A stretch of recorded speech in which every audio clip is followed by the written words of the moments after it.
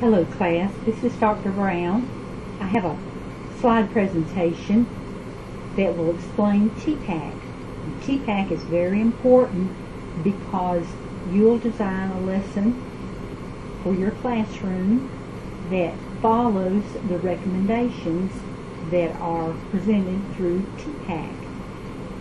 I wanted to elaborate a bit on each of these slides to help maybe understand a little better.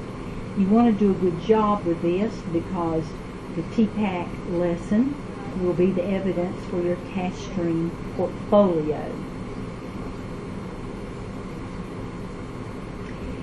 This particular slide presentation is located in your assignment, your folders on Blackboard.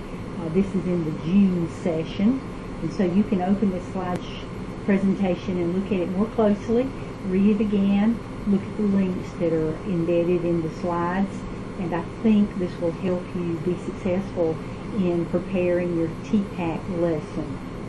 This opening statement just explains what integrating technology really means, because that's what the Tpack is all about, being able to plan a very effective lesson that also uses technology in the best way possible. Here's an image, a graphic of the original Tpack model. The authors, Mishra and Kohler, suggest that there are three main components for planning a lesson with technology. You begin with content always, and then based on the kind of content and also based on your learners, then you plan the pedagogy. That's the P circle. How you're going to teach the content is where you begin. You don't begin with the technology, the pink circle. You begin with the content, and then pedagogy is dependent on content and the students and their needs. Based on how you plan to teach and what you teach, then you look to see what kind of technology resource you've got that's going to help deliver that lesson in a more effective way. That's pretty much what Tpack is all about. But let's look more closely at each of those three circles. Content is the standard course of study. It's everything that you teach in an elementary classroom or a particular content in middle school or high school. Content can be concepts, principles or rules of thumb, processes, theories, methodologies. All of that is content. When you're thinking about content knowledge, you want to think about all of your knowledge. If you're teaching high school math, then you should have significant knowledge about mathematics, and you should have a mathematical way of thinking. If you teach elementary mathematics, you may have a lesser level of mathematical knowledge, but then your strategies for teaching children should be just as strong as those teaching high school. Social studies, again, high school is deeper, whereas elementary is broader in your knowledge related to this particular content area. And you need a historical way of thinking, which usually involves perspective taking. Science, applying the scientific method, would be a scientific way of thinking. Literacy, a literary way of thinking, and having sufficient knowledge about literacy and all the latest and most effective strategies for teaching emergent readers. In high school, having a full and broad and deep knowledge about important works of literature. So this is your content knowledge. Then, based on the content, you're going to think about the pedagogy. You have to understand your topic, the problems, the issues, how things should be organized and represented, and how you should adapt the content in such a way that you meet the individual needs of your classroom, the students in your classroom. For example, the content of a water cycle. That would be best represented as a systematic image, a system and a graphic showing the interrelation of each part of the water cycle would be the most effective way of presenting that information. All of that goes along with pedagogy. When you put the two things together, pedagogical content knowledge, you can see that's this part of this gray area of the image here.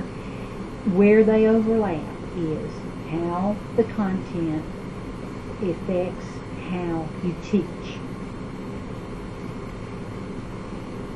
Knowing how teaching might change is also part of that technological content knowledge, because if you are teaching one particular content area, how you teach another type of content could change. And also the diversity of your learners is a part of that pedagogical content knowledge.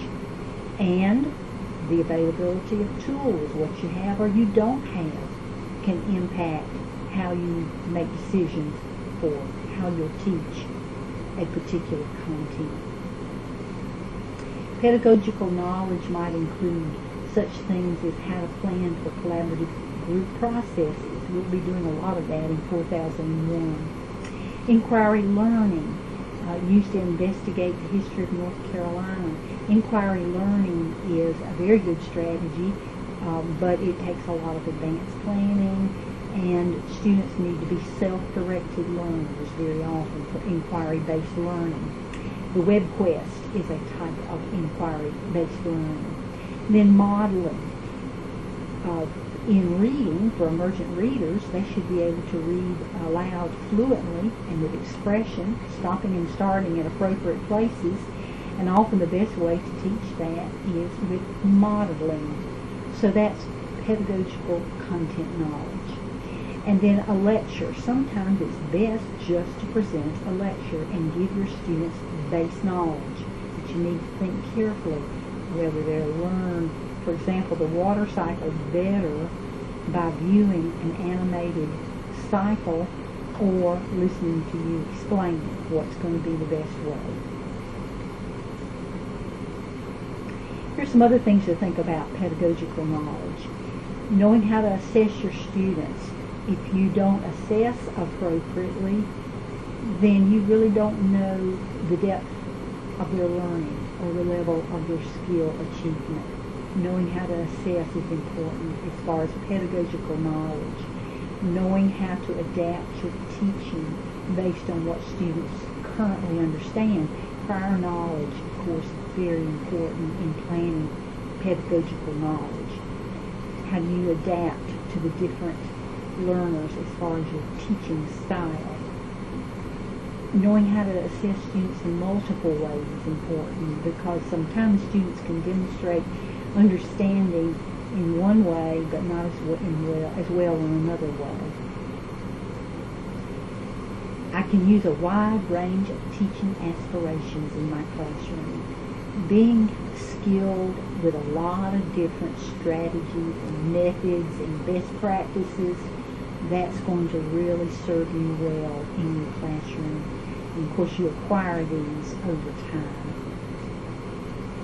Understanding what they don't understand or what they're confused about is an important part of your pedagogical knowledge.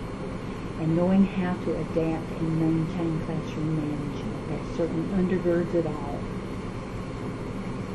Now we come to technology last. That is the last part, and what you look at after you've already determined what your content is, and after you've already decided what kind of teaching strategies you'll use, then you think about the technology. Technology is defined as a tool. It can be analog or it can be digital. You want to think about the attributes and the features of each technology that you use. For example, a study island tutorial is very different technology from the use of a spreadsheet to teach students how to enter data and generate a chart. Very different attributes there, but they're both technology. You want to think about the affordances and the constraints.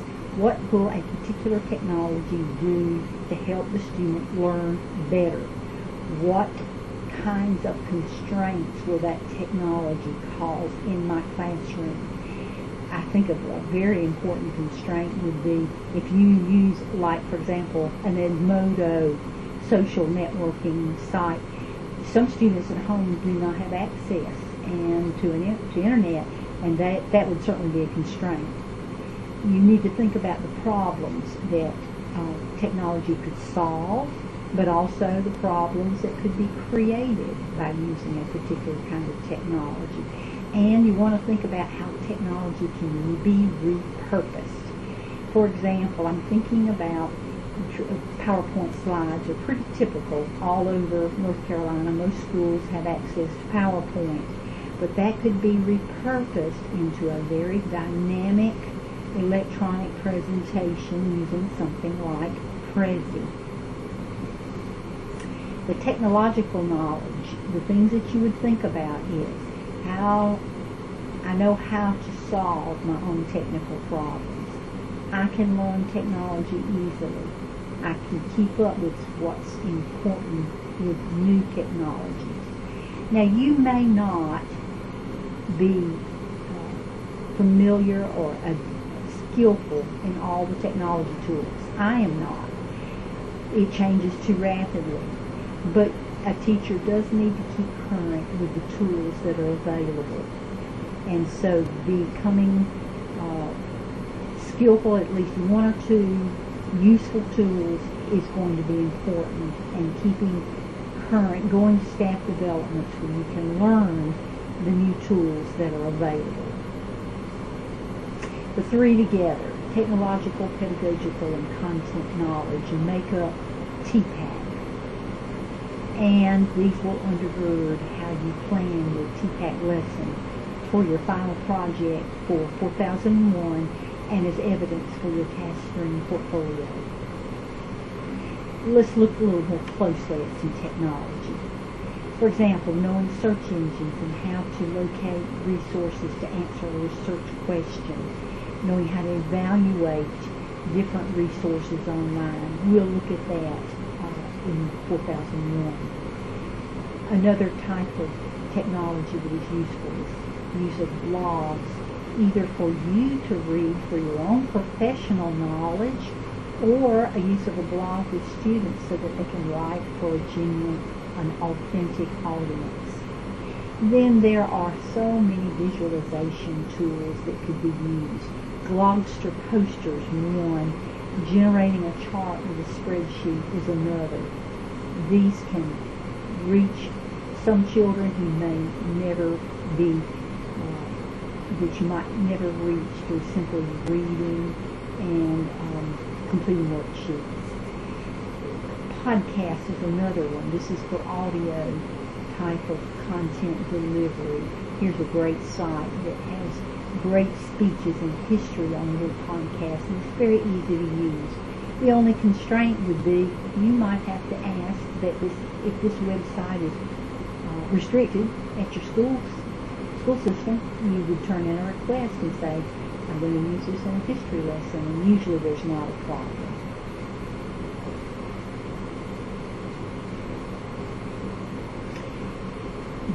Once again, this is the graphic image of the Tpack model with all the parts and all the elements.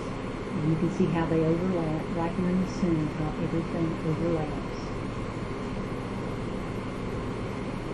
For pedagogical knowledge, using 21st century skills is important.